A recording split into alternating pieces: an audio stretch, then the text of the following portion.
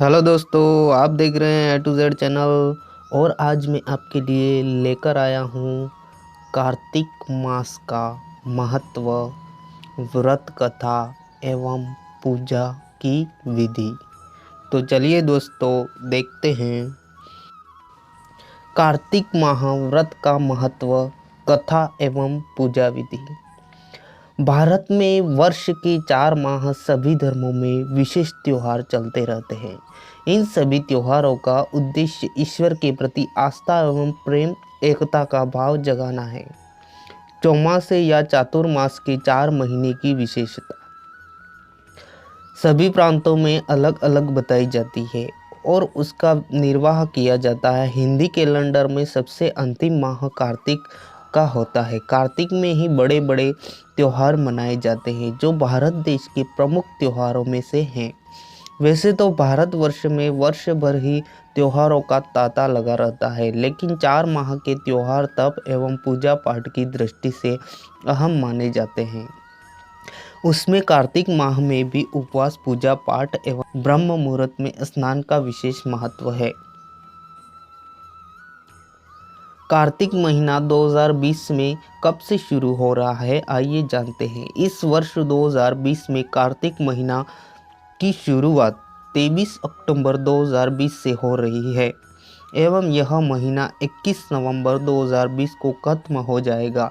इसके बाद अगहन माह की शुरुआत होगी। हर वर्ष इसी तरह हम माह आते हैं।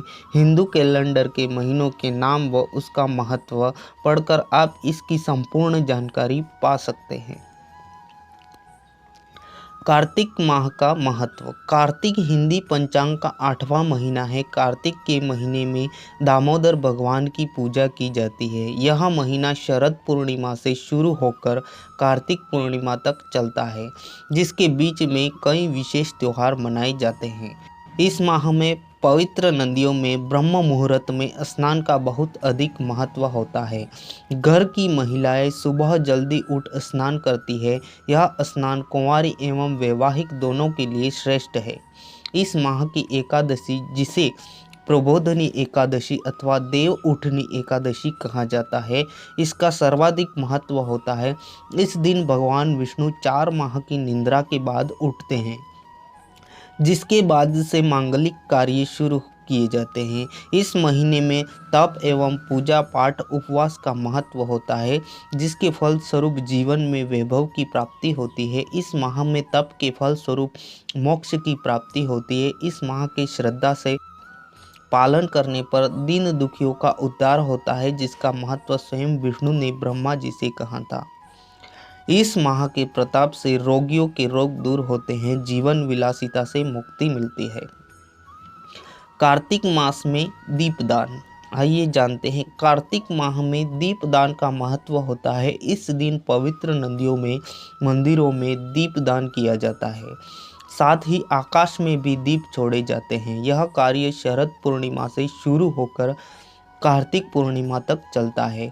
दीपदान के पीछे का सार यह है कि इससे घर में धन आता है। कार्तिक में लक्ष्मी जी के लिए दीप जलाया जाता है और संकेत दिया जाता है, अब जीवन में अंधकार दूर होकर प्रकाश देने की कृपा करे। कार्तिक में घर के मंदिर, वृंदावन, नदी के तट एवं शयन कक्ष में दीपक लगाने का महात्म्य पुराणों में निकलता है।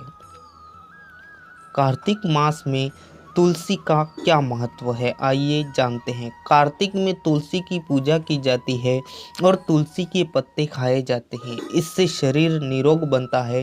ब्रह्म मुहूर्त में उठकर स्नान करके सूर्य देवता एवं तुलसी के पौधों को जल चढ़ाया जाता है। कार्तिक में तुलसी के पौधे का दान दिया जाता है। तुलसी के अनेकों गुण व फायदे होते हैं। कार्तिक माह में दान।